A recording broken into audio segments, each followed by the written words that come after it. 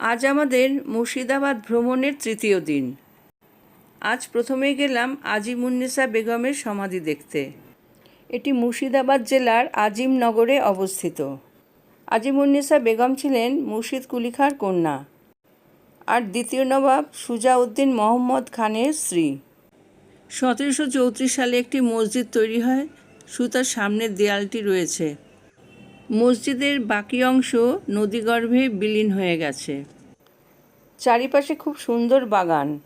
প্রচলিত কাহিনী অনুযায়ী আজিমুন্নেসা বেগম নাকি অত্যন্ত নিষ্ঠুর মহিলা ছিলেন, আর তার স্বামী নাকি তাকে জীবন্ত সমাধি দেয়, তবে এর কোনো প্রমাণ পাওয়া যায় না।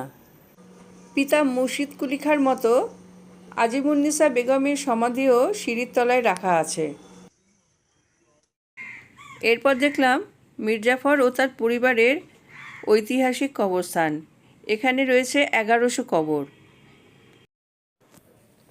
কবরস্থান আমার দেখতে ভালো লাগে না, যেহেতু এটা ঐতিহাসিক একটা জায়গা, একটুখানি চোখ বুলিয়ে আমি এখান থেকে বেরিয়ে আসলাম। এরপর পথেই পড়ল রেসিডেন্স অফ মির্জাফর। এটি একটি প্রাইভেট প্রপার্টি আর লেখা আছে ভিতরে প্রবেশ নিষেধ। পলাশির যুদ্ধে হারের পর সিরাজউদ্দৌলা পালাতে গিয়ে ধরা পড়েন। এই বাড়িতেই তাকে বন্দি করে হত্যা করা হয়। এই বাড়িটির আরেকটা নাম আছে, নেমোখারাম দেউরি। মীর মিরনের নির্দেশে মোহাম্মদ আলী বেগ সিরাজউদ্দৌলাকে নৃশংসভাবে এখানেই হত্যা করেন।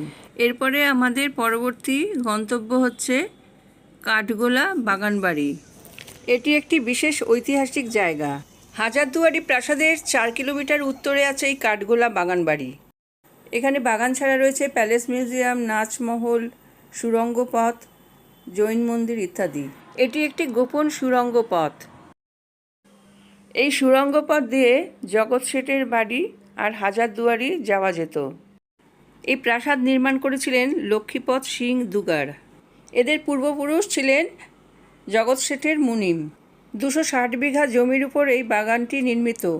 শোনা যায় কাঠগোলাপের চাষ করা হতো, সেই থেকে এর নাম কাঠগোলা বাগানবাড়ি। এদের চোখ ধাঁধানো ঐশ্বর্য এবং চারিপাশে অপূর্ব সমস্ত স্থাপত্যের নিদর্শন।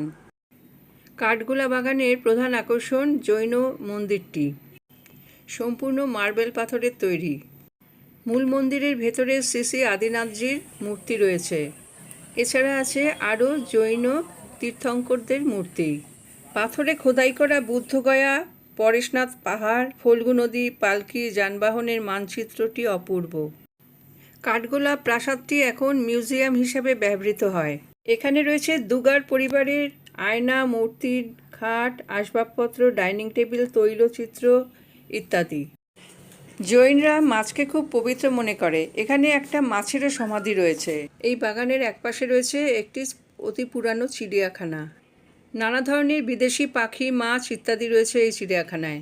লক্ষ্মীপদ সিং দুগার, ওনারা 4 ভাই ছিলেন, লক্ষ্মীপদ, জগপদ, মহিপদ এবং ধনপদ। বাগানে এই 4 ভাইয়ের ঘোড়ায় চড়া মূর্তি রয়েছে এখনও। এরপর আমরা দেখতে গেলাম হাউস অফ জগৎ শেঠ। শুধু চক্রান্তই না, পলাশির যুদ্ধে ইংরেজদের সাথে অর্থ সাহায্যের সঙ্গেও জড়িত ছিলেন জগৎ শেঠ। ঢাকায় মানিকচাঁদ মহাজনী কারবার শুরু করেন, আর মুর্শিদ কুলি খাঁর সাথে তার বিশেষ সুসম্পর্ক ছিল। ফতেচাঁদ মানিকচাঁদের ভাগ্নে। এই ফতেচাঁদ দিল্লির মুঘল সম্রাটের থেকে জগৎ শেঠ উপাধি পান। পরবর্তীকালে এটি পারিবারিক উপাধিতে পরিণত হয়।